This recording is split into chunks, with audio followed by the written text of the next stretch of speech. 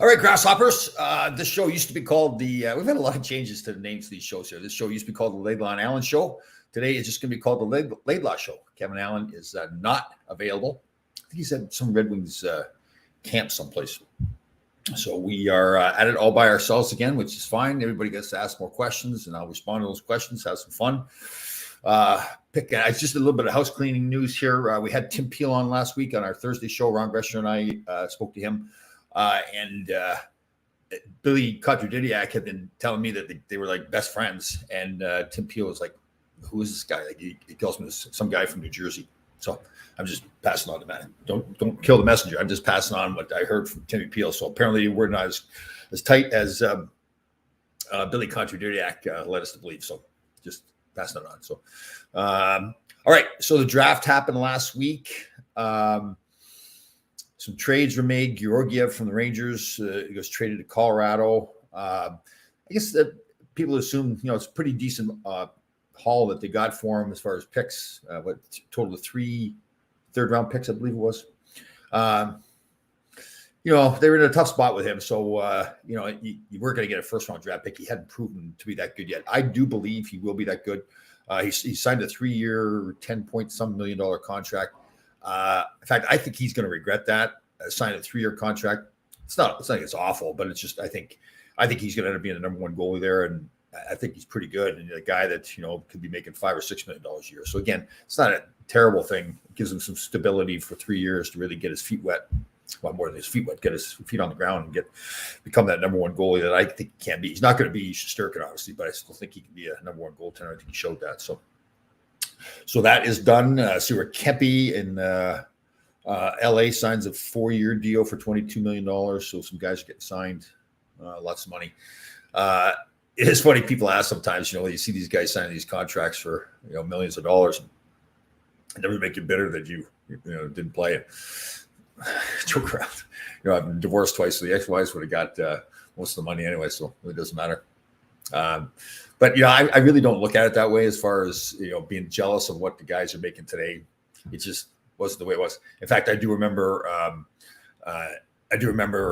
thinking I would have played the game for nothing. So any money we got was a lot. Susan's got a question. What did you think of Shane Wright's reaction to Montreal's table after not being drafted by them? I didn't see that, Susan. I saw some of his comments after that he was not too happy, and it kind of made it look like he was upset going to Seattle. I don't think that's how he meant it. But he was saying how he was upset. He ultimately went to Seattle. So Susan, what did he do? I can't. If you can send me a message, I didn't see that. But I kind of like that. He gave a death stare. I would assume that it seemed like everybody in the planet just assumed that he was going to be the first overall pick in the draft. That's the draft. And I hope maybe he gave him the death stare because maybe Montreal said something to him that they weren't going to pick him overall, which could, again, teams have done this before in the past. Well, they'll say things to a player to say that he's going to get taken. And they'll say well, don't tell anybody. Don't tell anybody. Well, they know darn well the guy's going to tell. It's just the hockey world is terrible for secrets like that. So, then that way, then they know he's going to go out and tell everybody that Montreal said they're going to draft him first. So that, maybe they had some trade discussion going on or whatever it was. But again, I don't know if that's the case or not, but he wasn't happy. And I kind of like that. I think that's, again, he's a young man who I think made some comments that he has to kind of backtrack for it, especially, as it pertains to the Seattle organization.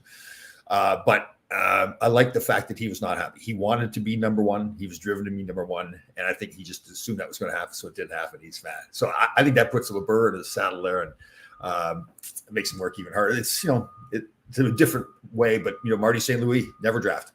And he played with a chip in his shoulders his whole career, I think. And I think that really helped him. And I don't know Marty that well, but it just seemed to be that way. What do you think about the Rangers picks and Maxim Barbergesser, younger brother, and Adam Sikora? I am really intrigued by these two Ranger picks. To be honest, I don't really know the players as well, the draft picks. But I just think what the Rangers have been doing with their young players, the potential for the organization with the young players. I mean, look at Shesterkin and Fox and Lindgren and the way Lafreniere played and Hedl played, and even Capo Caco.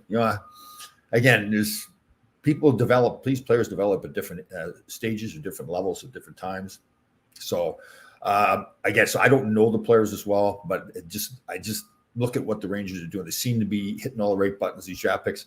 The numbers don't, just in general over the years, numbers really don't favor the teams too much as far as the draft is concerned. Usually teams will look at it that out of their, they're usually allotted 7 picks. They can trade for more, obviously. But out of those 7 picks, if they can get 1 or 2 guys that are players every year, then that's a good draft. That's why I don't blame Chris Drury at all for third-round picks for Georgiev. And he's a prospect. I mean, it's a gamble for Colorado, too. They gave up on Kemper, who I don't think they could afford. But he wasn't all that. He won the cup there, but it's almost – I hate to say it this way, it's almost despite him. It wasn't a problem, but I don't think he was that good. He didn't steal games like Shesterkin has or Vasilevsky has. So Georgiev going there, again, it's still a gamble. I think he's a player. I think he's a number 1 goaltender, but there's no guarantee from Colorado's end too. So the draft picks, until you get to see him on the ice, and even then, like you see him at first and you think, well, geez, I remember seeing Kaapo Kakko over the practice facility, and I was like, wow, this kid's going to tear it up. And he hasn't torn it up yet. That doesn't mean he can't play. But let me see here. I would love to. Somebody here, Glenn Hutchison. Love to see you team up with Kipper as Hockey Insiders. Nick Kyprios. Did he get himself in a little trouble? He's a fun guy too, by the way. We played an alumni game together in Philly. It's like that's like 10 years ago we played in that game, but and he was there. I really don't know him that well, so it was kind of like the first time I spoke to him. But he was a pretty funny guy. I think he get himself in trouble or something there when he was on Sportsnet up in Canada. But he's got a good personality, speaks well, and it seems like he's got his opinions too. That's the thing; it's important. You're going to do that kind of stuff. That you can't just be going along with what everybody else says. You have to have your own opinions, and he was pretty good at that. So he's got a good personality. So that I see where that Forsberg and Nashville has signed an 8-year deal. I didn't have the numbers disclosed there yet. But he got the 8-year deal. Kind of wonder why that took so long. But David Poile is that kind of guy. So who are your top backup options? Jay Lewis. Who are your top backup options for Igor? That's a great question. The goalies that are out there right now that are available, or Kemper. We were going through this other day and did a show with Kevin and Eklund from Hockey Buzz. We're going through other goalies like Kemper's out there. Because that's the thing, you've got to have a goaltender that, first of all, Shesterkin has gotten hurt in the past. It seems like he's gotten past that. He actually made some comments like he kind of fixed the problem. He knows what it was. It was leading to him getting hurt.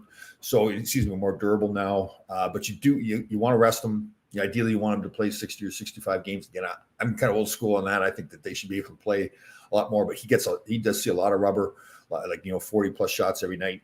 So you're going to have to get a goaltender that's, if you want to be a contender, you have to get a goaltender that's, a decent enough goaltender that it's got to be a good guy, maybe an older guy that understands the fact, okay, I'm not going to be the number 1 guy. I have to be supportive here.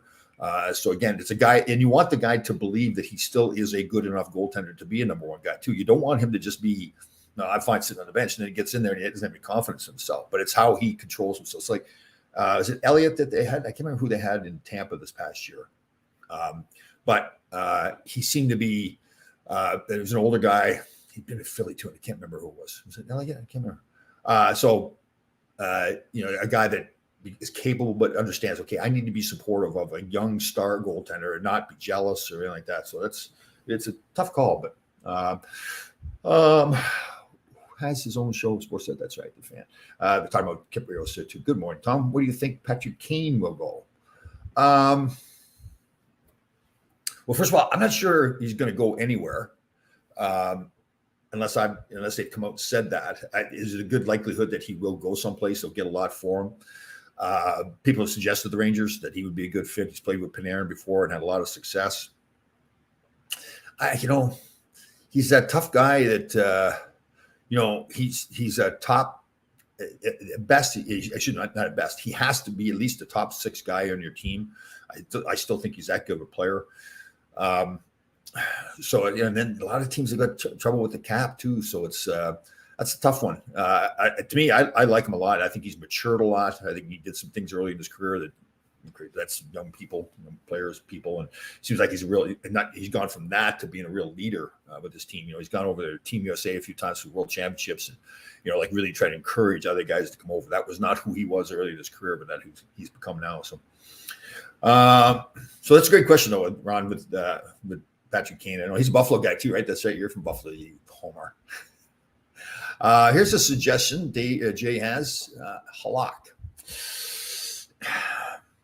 As far as play, like he's the kind of guy you want. I don't know the young man, so I don't know what his personality is. But he's been a backup goaltender before, and it seems like he's a backup goaltender there in Boston's kind of like that 1A kind of guy. So yeah, he's a good option. I can't think of who they have coming up for young goaltenders either, but Halak's a good guy. It seems like again he's done that role before. Then again, I talk about understanding you're going to be a backup goaltender. I think anybody that's coming to the Rangers knows that. Yeah, they're backup goaltender. They're not fighting for a job to take away from Shesterkin. That's just not happening. And I think that goes without saying. So, I think Toronto. So Glenn is up there. That's right, Glenn Hutchison. All right, but I think we're going to lose Campbell Soupy in Toronto. They've got some cap issues. I heard they're messing with him or Kemper. I've heard very good things about Campbell as far as the personality. He has had some tough stretches. Last year, he had a month or two where he was not very good, but then he fought back from that. They say he's a great team guy. But, I think talent-wise, Toronto's at that point where, they're similar to Colorado in that they are a talented hockey team. But they have to have good enough goaltending. So, again, Colorado got away with what I thought wasn't, they got good enough goaltending, but it wasn't great goaltending. But they got away with it and won their cup. So I think Toronto's in that same category. They got to make sure that they keep somebody that, is a good enough goaltender. So, Susan Roving Reporter comes in with 8 years, 68 million, 8.5 million on side captain. Pretty good. I think Roman Josi, what was he at 9 or something like that? That was probably part of the issue there that Josi's the best player on that team, one of the best players in the league. But if you look at other numbers around the league, Forsberg probably could have got more than that. I kind of think he gave him a little bit of a hometown discount here. He's going to be an unrestricted free agent, and they got it done. And I think part of it is David Poile is such a God. If you deal with him, he's such a gentleman. You can see their players; they want to be there with him. He's similar to Kenny Holland. He's such a great communicator. So instead of him just saying, "I'm not pounding his hand on their fist on the desk," he's talking to the player probably and saying to him, "Listen, you are great. We want you on the team, but here's what we can pay you. Here's what we can't pay you." And I think that that's a great city to play in. They've got a much better team. Getting Ryan McDonough in there, they should be better. My disdain for Duchesne and it's not disdain. I just think he's such a talented athlete. He's not getting as much of his career. That seemed to have turned around a little bit last year, so maybe that's a good sign. If they get going, and Ed McDonough was a big thing there too. I think he's in a good spot where he doesn't have to be the number one guy on defense, but he's still big time defenseman. So they should do well. They made some steps this past year too. So let me see here. Larry Brooks is campaigning for the Rangers to acquire Kane. Yes, he has written some stuff. He's a great player, but isn't what the Rangers need. Plus, he will cost us a lot. Yes, it will cost you a lot. So I guess the question is, then, the Rangers. They're contenders. Obviously, that goes without saying. Went to semifinals this year, and they should be better next year. The young players should get better. Does he then does Kane come in and put the team in a much better position to win? Well, obviously, yes, he's a great player.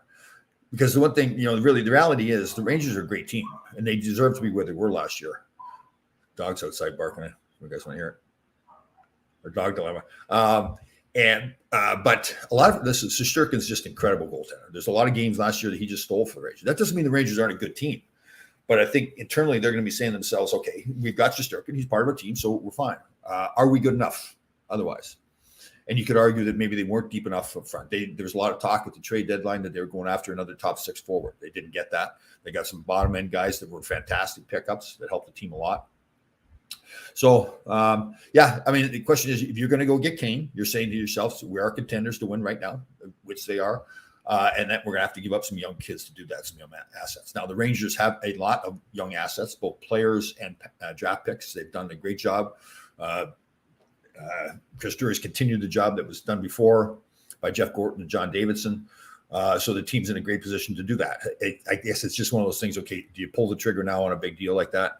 And I guess, what does Patrick Kane have left in his career? How much? I think he's not going to be the player he was before, but that's a pretty great player. He can still be a good player.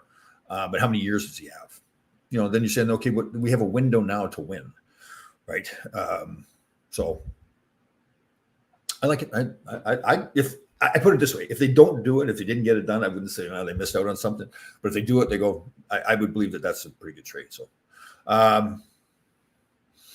just in case a trade goes out via Chicago Wednesday. Hold on. This just in: Kane will put in a trade request via Chicago Insider on Wednesday. His top team is the Rangers, apparently, via NHL News updates on Facebook. Wow, good job, Jay. Wow, very nice. Thank you. Breaking news. So just to be clear, Kane on Wednesday will put in a trade request via the Chicago Insider on Wednesday. His top pick is apparently the Rangers. Well, interesting. Here's a good one. So Glenn Hutchinson and I know each other a long time. I keep forgetting that's old friends. Barry Oakes was that's a great old name for the past. So Barry Oakes, I played for the Bramley Blues, a junior B team in my hometown. And we won the in 1975, I think it was. We won the All Ontario Junior B Championship. The team was famous because the year before that we were playing for the Junior B Championship. We were playing against the Hamilton Finn Cups, I think they were called, and they were a big, tough team. And I was like 14 or 15 years old or something too, and I wasn't playing all the time. I was kind of like the hometown boy, so I played on a midget team and I played on the Junior B team this year. And we had a big brawl, and then our bus had a bomb threat, and it became so the series. Our coach, great guy, fantastic guy, Rick Hay, fantastic coach, pulled us out of the series because it's just not worth it. It was a junior B. It was big time, but it was a bomb threat. It was, I guess this brawl was. I wasn't at that game of the brawl. I came up more and played full time the next year, and so the next year we then won the Junior B championship. And Barry Oakes was our goaltender. And when we won the Junior B championship that year, we played against Oakville.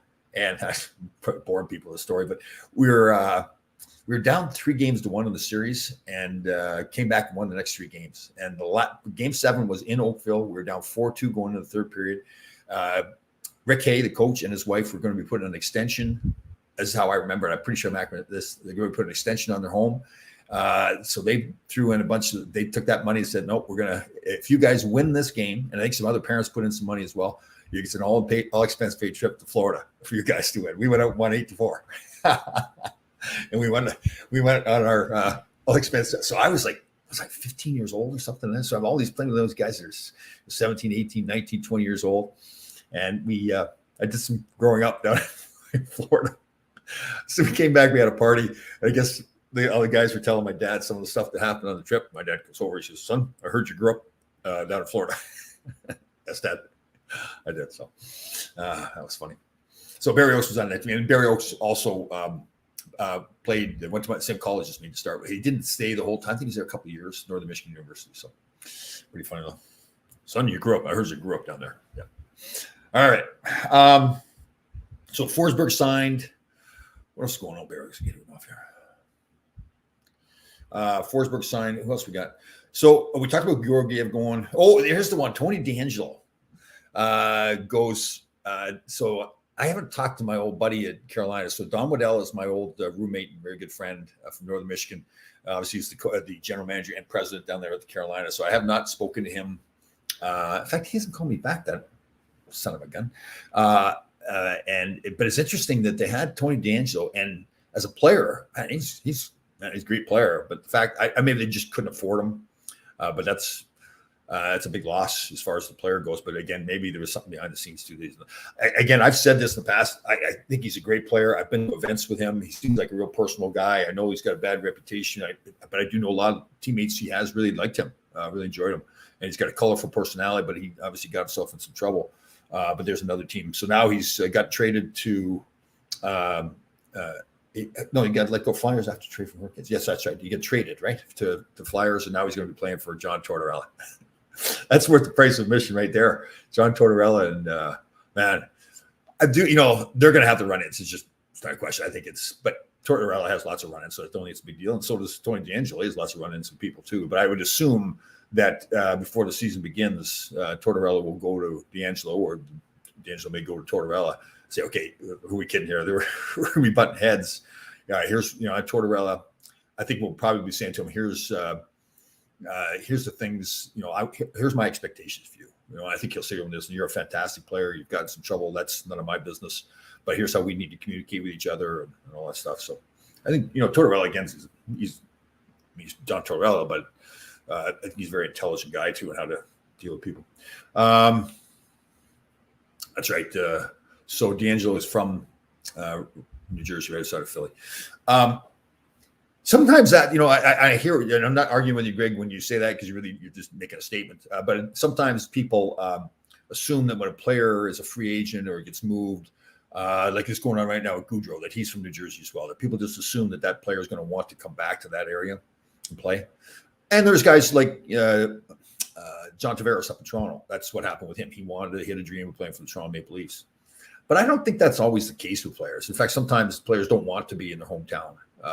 It is much more of a distraction. It can be somewhat more of a pain in the rear end, especially if you're from there. You got a lot of family and friends, because everybody's got the expectations that they're going to be, his pal now, and then coming to game, getting tickets and being invited to all the team events and all that kinds of stuff. And it's just, and if you're a good guy, it's hard to say no to everybody all the time. If you're not living in that city and you're someplace else, and that's not an issue. And it does come up. I mean, it's understandable. I mean, people are very proud of the player, and the fact that they grew up with him and he becomes an NHL player. So, but again, so what's our over under?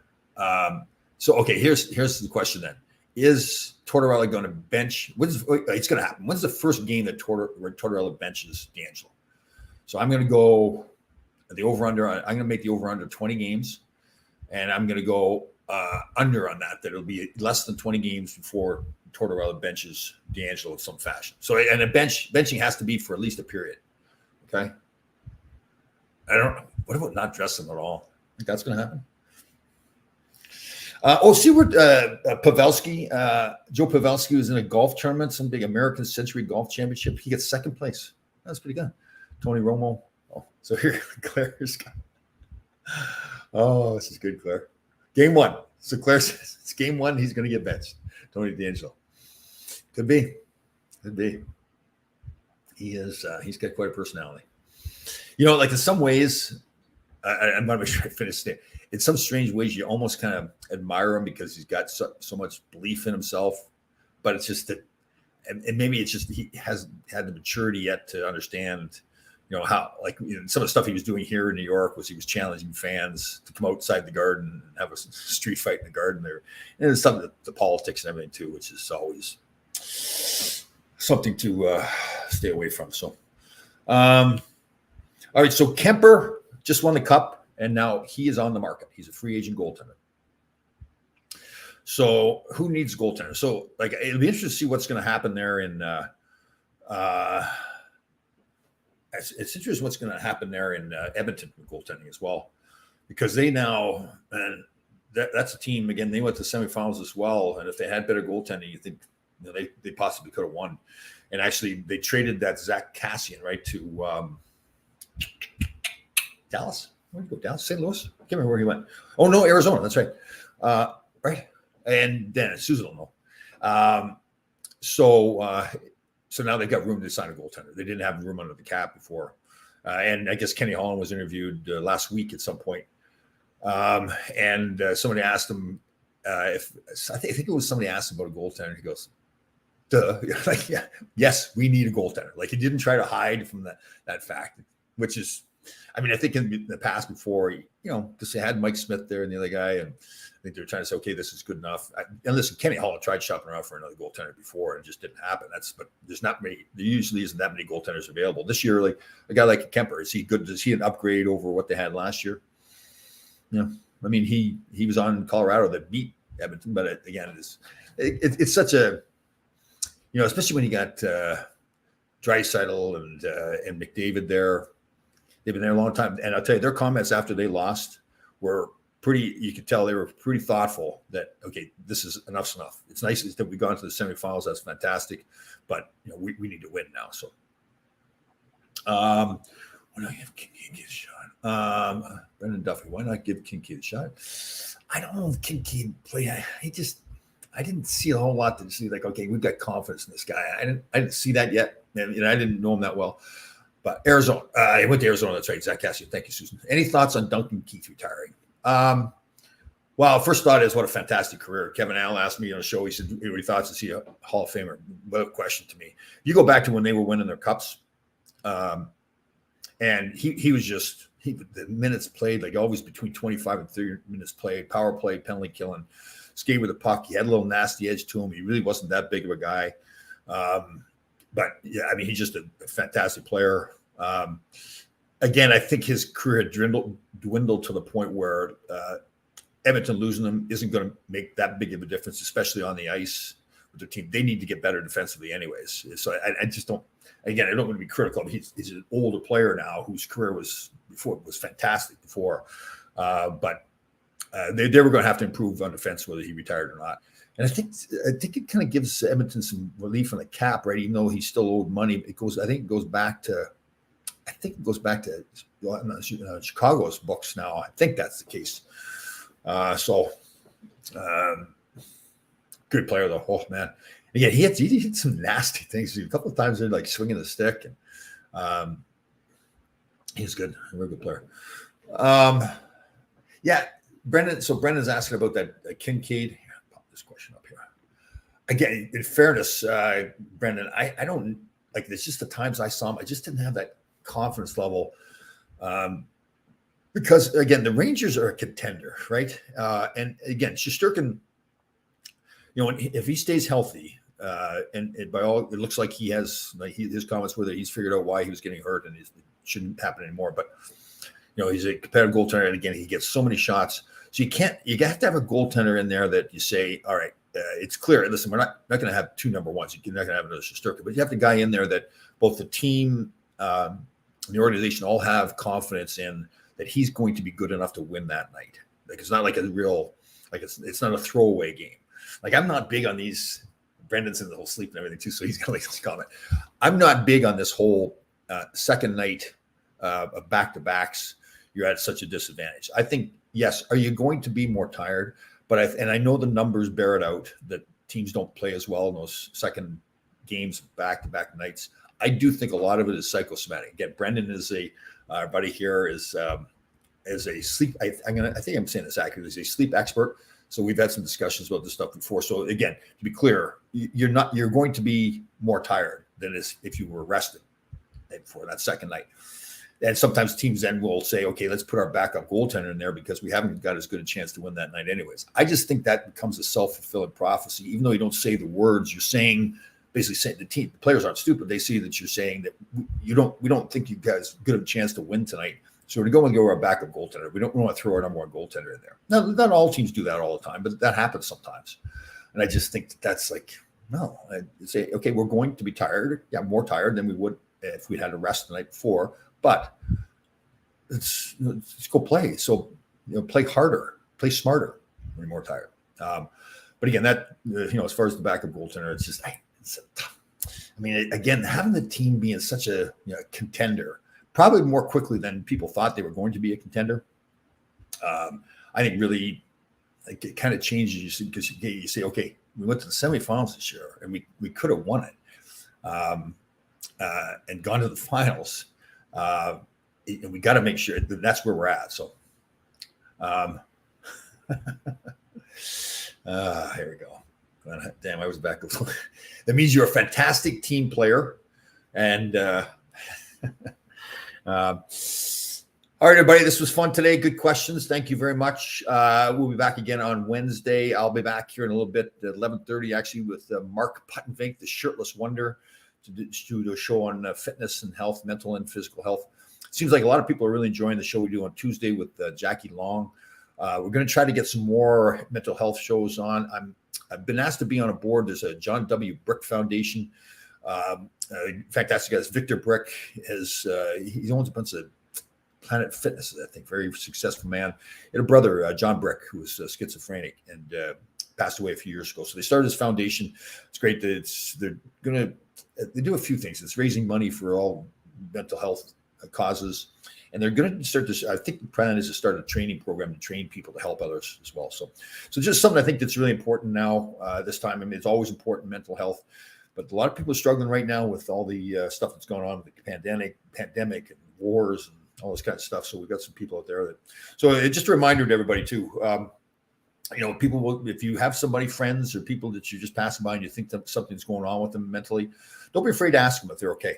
Ask them, and if you know somebody well enough and you really are concerned, ask them if they have any thoughts of hurting themselves. I know there's some debate that people think, okay, you don't want to plant that seed with them. But at the same time, part of it is people, like if people are struggling out there mentally, having them know that other people care about them and are concerned about them is pretty helpful. So don't be afraid to reach out to people and bring the subject up. I know it's awkward sometimes to talk about mental health, but really, if you look at it, that if you break your leg, you go to a doctor and you get the leg fixed, right? If there's something wrong with you mentally, it doesn't mean that there's something wrong with you overall as a person. It just means you may be going through something. So, all right, great job. There's a Bill Contradidiac. Don't tell Bill Contradidiac that Tim Peel says he doesn't know him either. Okay, we want to keep that our secret. It's just between us girls. All right, we will see everybody. If you want to listen to the radio version of the show, you can go to radio.co at 365 Sports. We'll see everybody on Wednesday.